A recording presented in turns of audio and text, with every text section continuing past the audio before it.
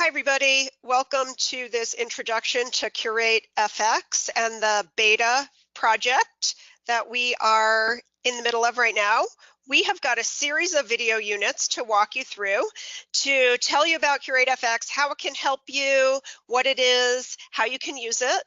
And you are in the first module. The second module video will go through all of the functions of CurateFx, what they are, and how to use them.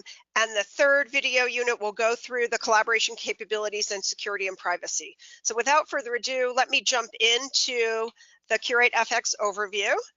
And if you are listening to this video, it is because you have either registered as a beta user or someone in your company has invited you to join CurateFx projects, and that makes you a beta user. So please take a listen to this and get your head wrapped around what we're doing with both the uses for CurateFx and the tool itself by going through these videos, and we'll give you some instructions on how to get started and all that as you go through the video series. But in the meantime, thank you for registering, and let's just jump in to why CurateFx exists and how it can help you in your business. So if you're looking at the world today, it is a world of new business models, which is creating sets of new challenges that really need to be addressed. We are talking about a world where ecosystems are the way services are delivered, the market speed is very high, the competition are companies like Netflix and Google and Amazon, and it's not just the world of communication service providers operating within their own realms anymore. So that is creating a lot of complexity. It is creating a lot of need for speed to stay up with the market and address the challenges and the needs for new services that the market is demanding. So we've got this complexity issue, but we've also got an issue where when you get into this complex situations, oftentimes you've got silos, either within companies or between partners. And when you get into a silo-based operation like that, consensus can be very challenging. Decisions are hard to come to when you've got lots of parties and lots of silos operating together. So got the complexity, the ecosystems, and the speed, and now you've got silos that are slowing you down and making it difficult to operate in that ecosystem and fast environment. And so to tackle those challenges, you have to be open and agile and data-driven, but companies are not quite there yet.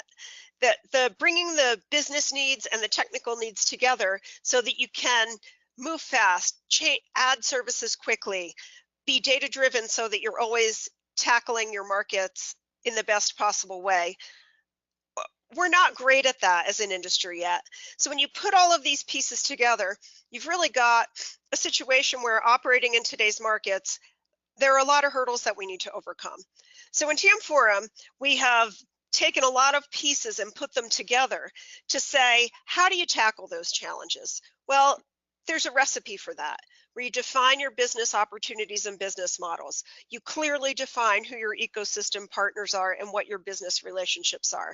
You go into a process where you're getting buy-in and agreement across all of the silos, and you're working together between business and technical folks to develop your IT and implementation approaches.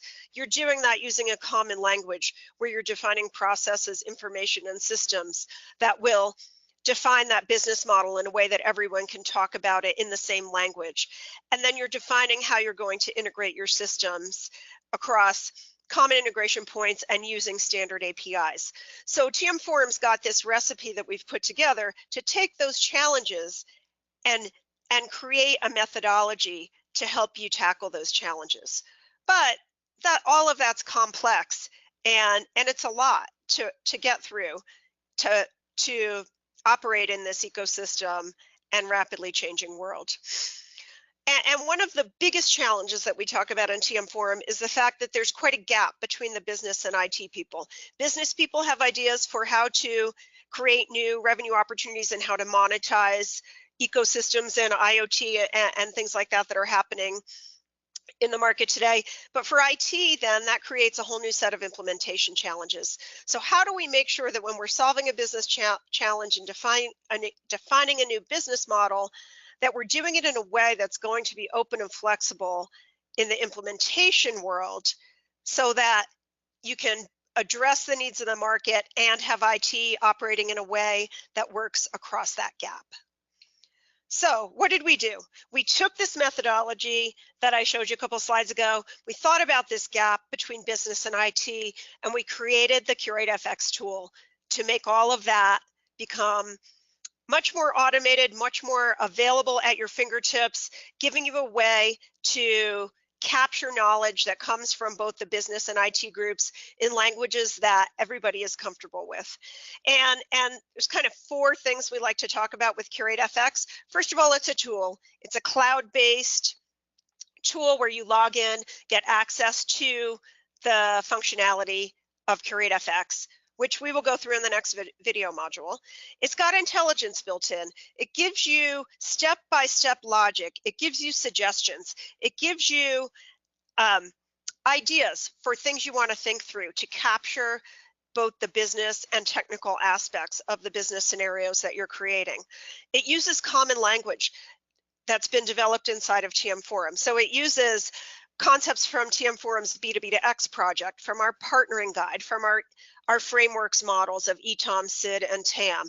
It uses our metrics. It uses many different elements of TM Forum common language.